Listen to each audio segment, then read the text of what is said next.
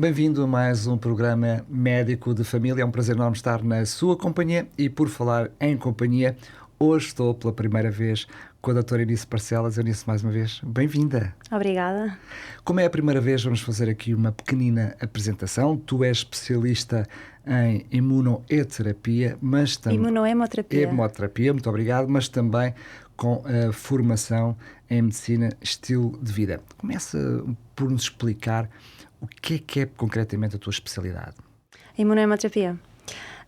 Portanto, é uma especialidade que se relaciona muito com a área do sangue. Portanto, é uma especialidade que tem toda a responsabilidade do que é portanto, das transfusões de sangue. Portanto, todo o processo de uma transfusão de sangue, desde a dádiva, a seleção dos dadores, processamento do sangue, depois as análises que são realizadas, que são necessárias realizar devido a uma transfusão de sangue, quando é necessária uma transfusão de sangue.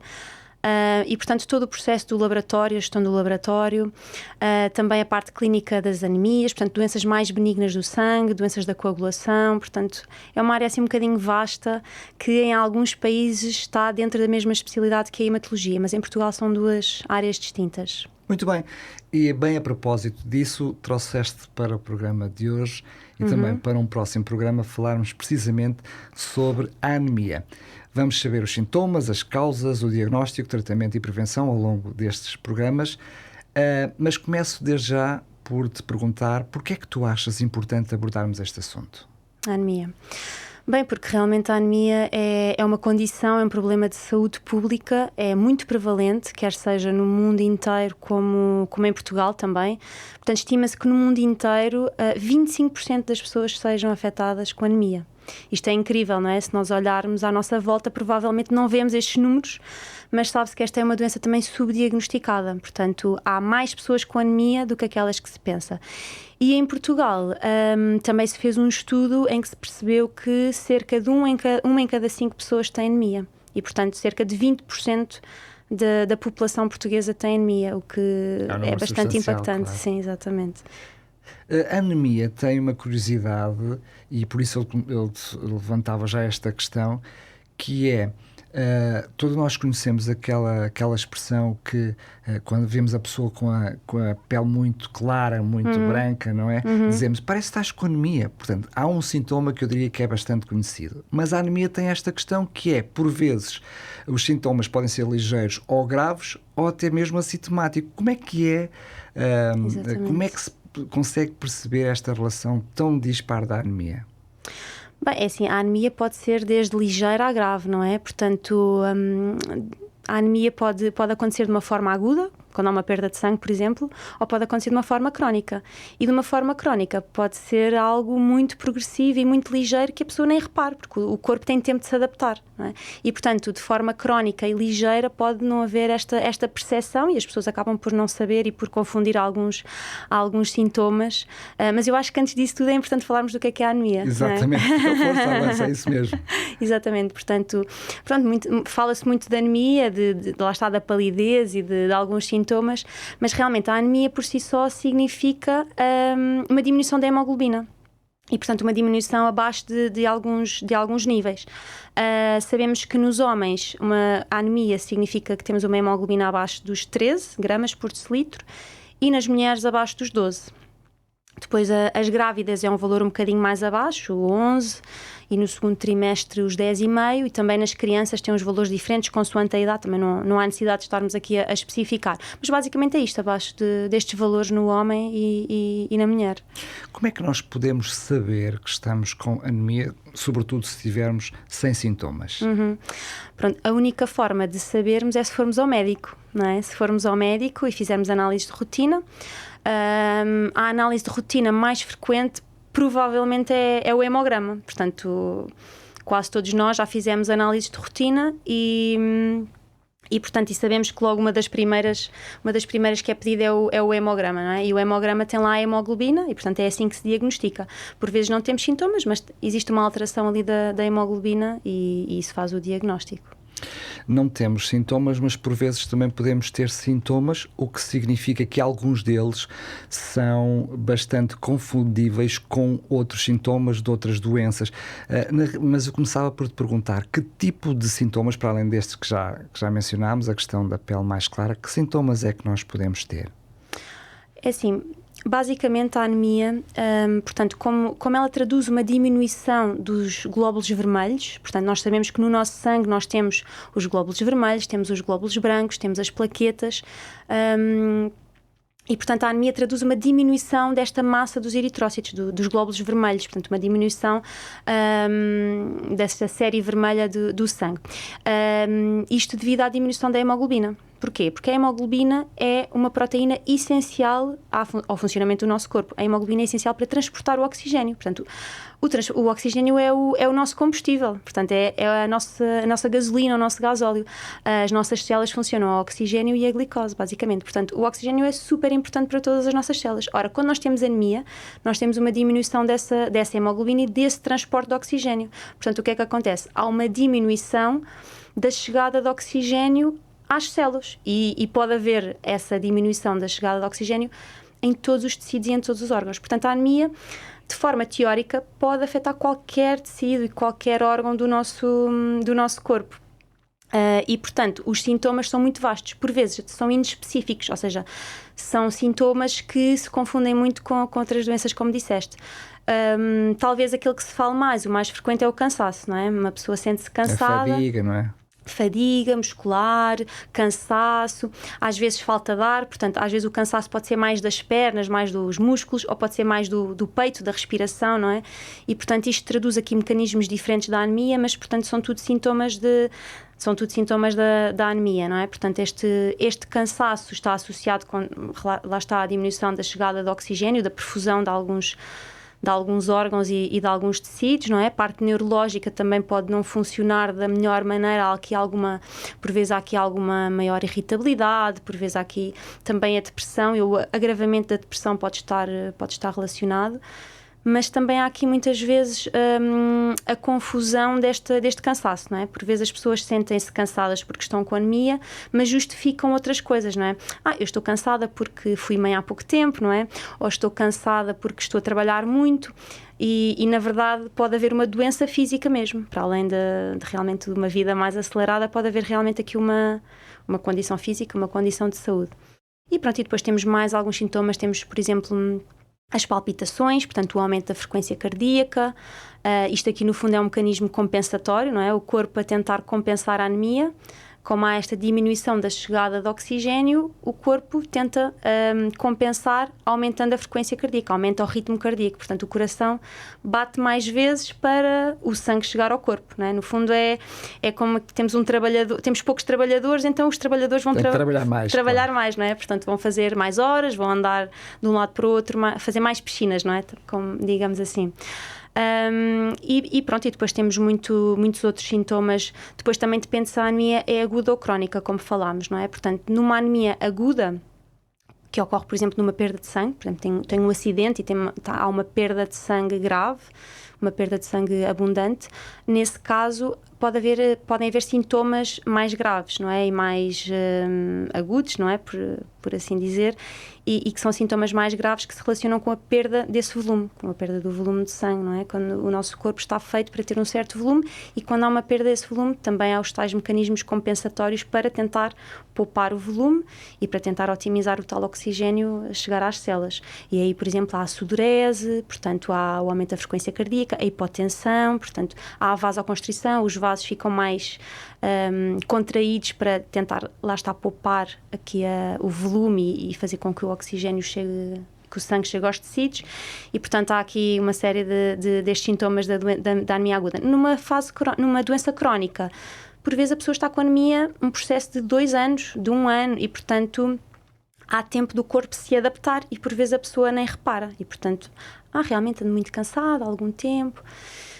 Os sintomas muito importantes também são os sintomas da doença de base, que esta é uma coisa que não falámos, mas que realmente é muito importante, que é a anemia é uma doença por si só, mas principalmente é uma manifestação de outra doença. Que deriva de uma outra, não é? Exatamente. Portanto, nós temos que sempre perceber porque é que temos anemia.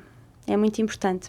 Não basta nós tentarmos tratar a anemia de forma superficial, por exemplo, dando ferro, fazendo uma transfusão, etc. É importante saber as causas. Exatamente, porque só sabendo a causa é que nós vamos tratar corretamente a anemia, que é tratar a causa.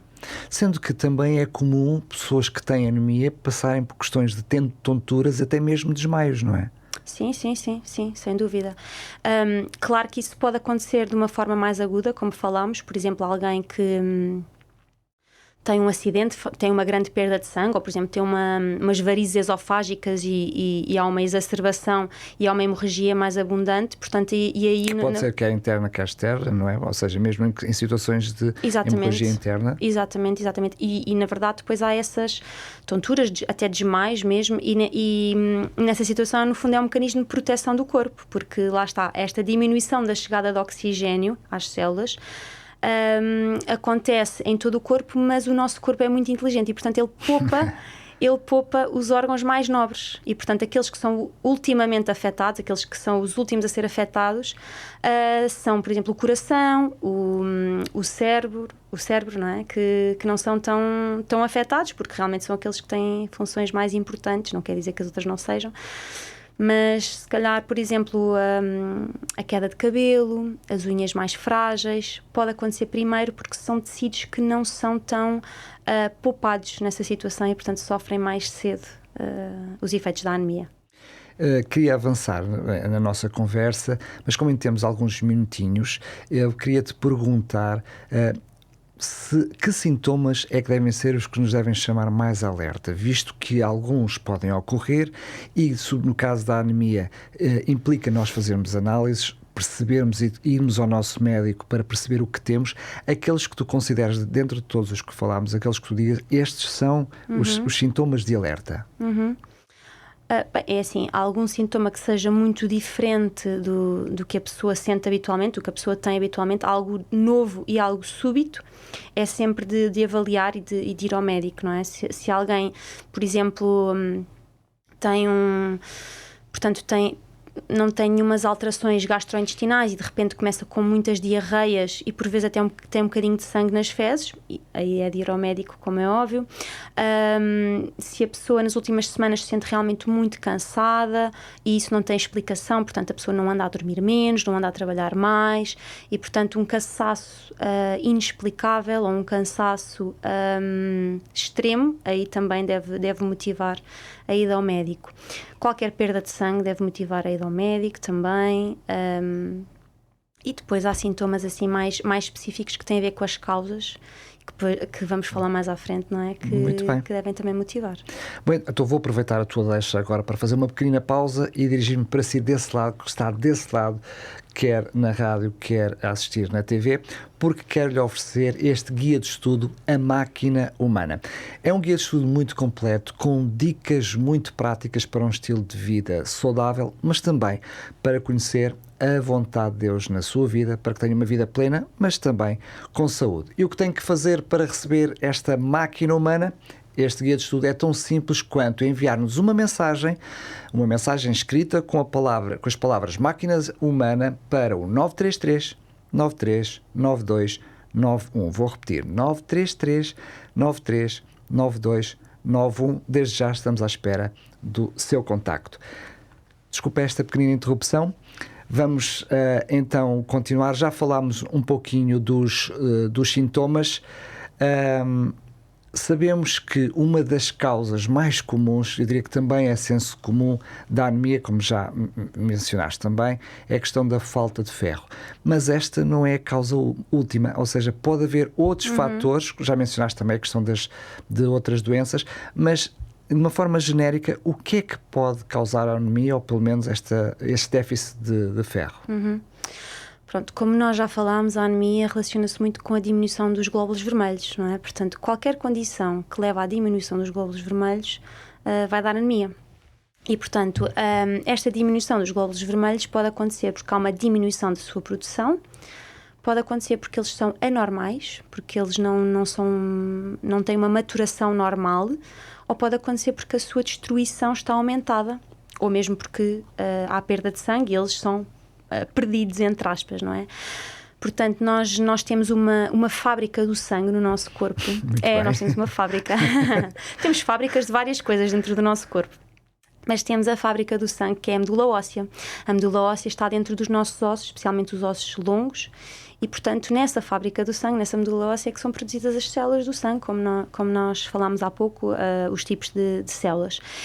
E essas células, portanto, há uma hormona muito importante que é produzida no rim e também no fígado, mas em menor quantidade, que é a eritropoetina. E essa hormona é que vai comandar aqui a produção de mais glóbulos vermelhos. Por exemplo, se nós tivermos uma condição em que temos menos oxigênio, portanto, há mais necessidades de oxigênio, há mais necessidades de maior hemoglobina, há aqui um aumento da eritropoetina e há mais produção dos glóbulos vermelhos. Portanto, vai haver um estímulo da medula óssea a produzir mais.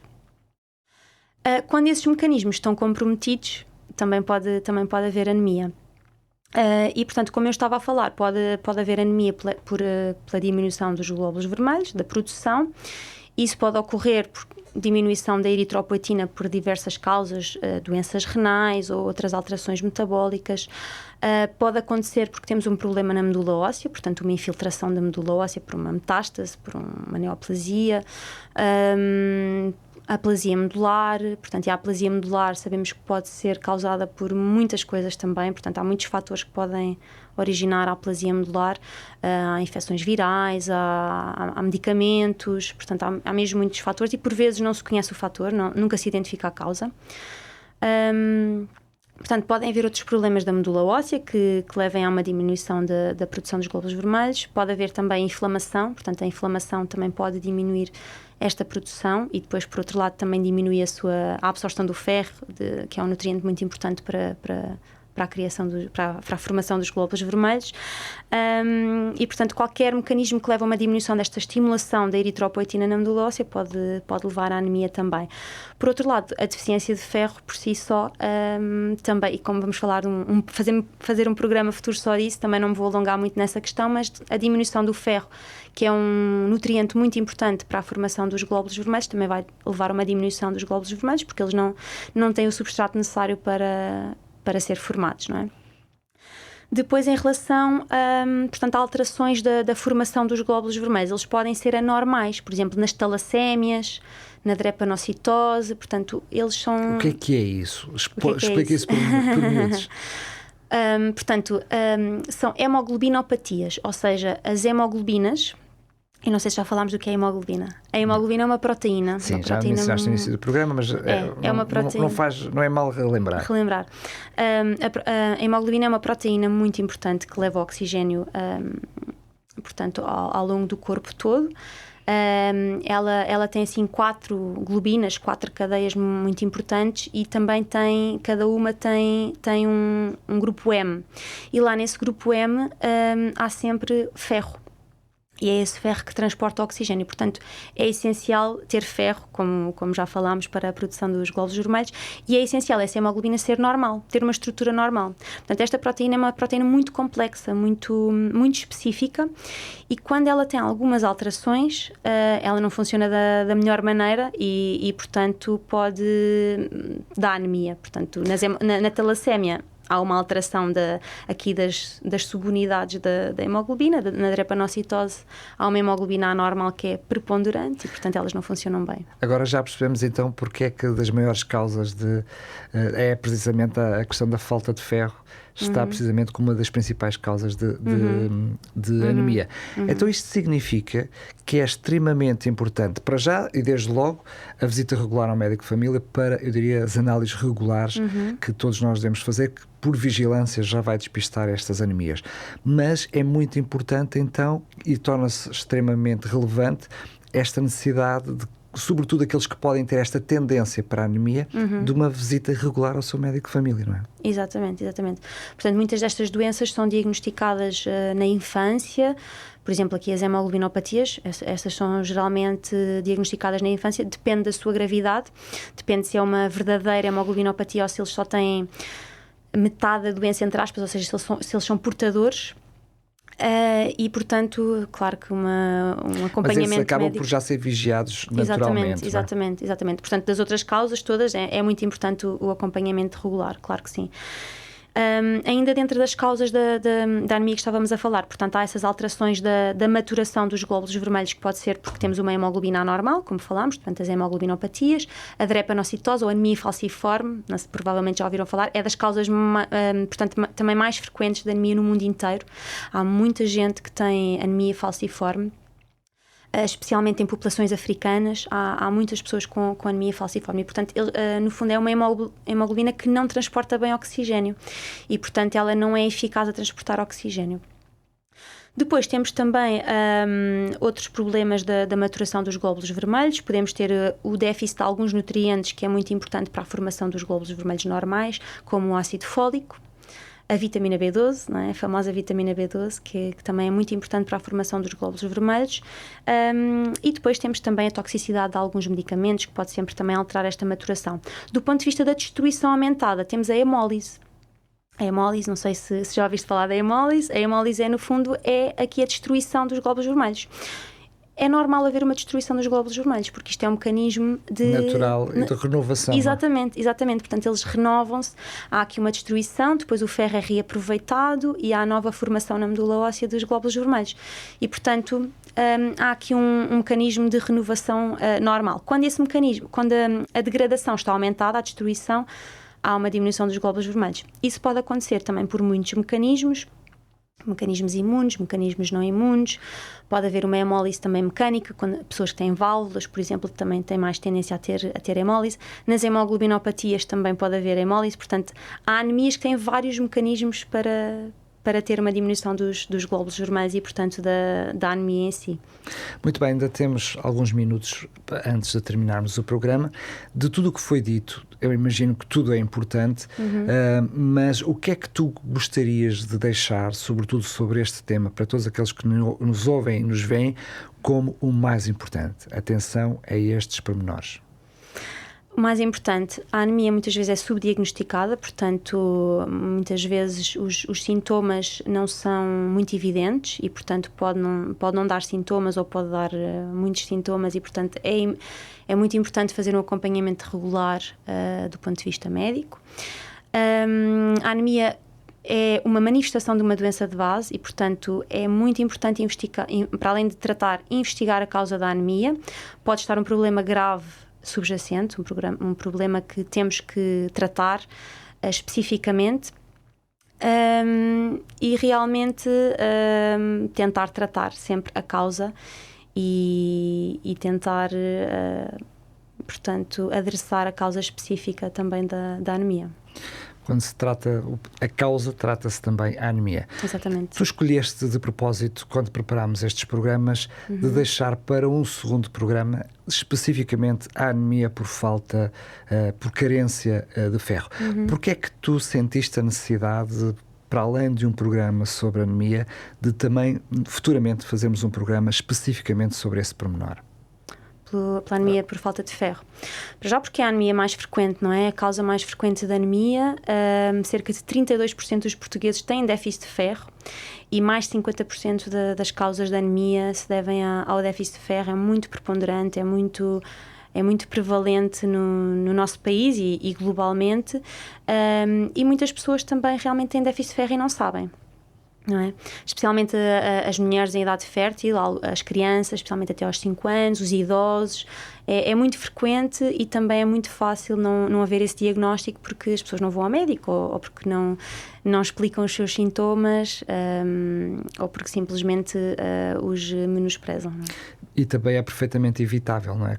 A nível de prevenção, essa específica, Sim. não é? Sim, Em maior parte dos casos, não em todos. Antes mesmo de terminar, e porque tu mencionaste também que tinhas essa formação em estilo de vida é parte fundamental deste programa, em poucos minutos, o que é o estilo de vida e em que é que essa formação, ou essa área específica, que temas é que aborda? A medicina do estilo de vida. Bem, aborda muito, no fundo, a prevenção, o tratamento e a reversão das doenças crónicas.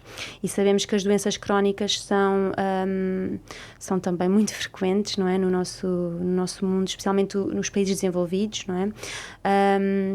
E, portanto, adereça muito a questão da alimentação, do exercício físico, do sono, da gestão do stress, da evitação de substâncias nefastas. Que engraçado, desculpa lá ter-te interrompido, é porque há aqui a curiosidade, nós estamos a oferecer precisamente este guia de estudo, A Máquina Humana, que tem uma espécie de 8 remédios para um estilo de vida saudável. E, na realidade, tu estás a mencioná-los, há aqui uma semelhança muito grande. Sim. Tem muito a ver com realmente esses remédios que a natureza nos dá, não é? Para nós prevenirmos a doença e para nós mantermos a saúde, sim, sem dúvida. Em contexto, não é bem o teu caso, porque não tens um contexto de consulta, mas certamente, nem temos na área virada para o sangue, mas o que é que se pode ensinar? O que é que, como médica, tu podes ensinar às pessoas para esse estilo de vida saudável? O que é que se ensina? Eu faço muito contexto de consulta na minha especialidade. Bem, okay. Sim, ainda assim faço. É mais voltado para a parte do sangue, mas da anemia e de outras doenças, mas sim. O que é que nós podemos ensinar às pessoas? No fundo... É muito na área da prevenção, não é? Sim, claro que sim. Terem uma alimentação mais adequada, aumentarem o consumo de legumes, de frutas, de leguminosas, diminuírem aqueles alimentos que são mais prejudiciais, que têm mais gordura saturada, que têm mais colesterol, que têm menos fibra, portanto aumentar o consumo de fibras, tentar criar estratégias para conseguir ter algum exercício físico e, portanto, na verdade isto quase que trata todas as doenças, as principais doenças, ou 90% das doenças, e mesmo na minha área até. Digo-te... é? Mesmo na área está muito ligado a um estilo. Sim, nós temos muitos doentes, por exemplo, que têm policitemia. Esta policitemia tem a ver, por exemplo, com o aumento da hemoglobina, ao contrário daquilo que falámos hoje. E o tabaco é uma das causas principais.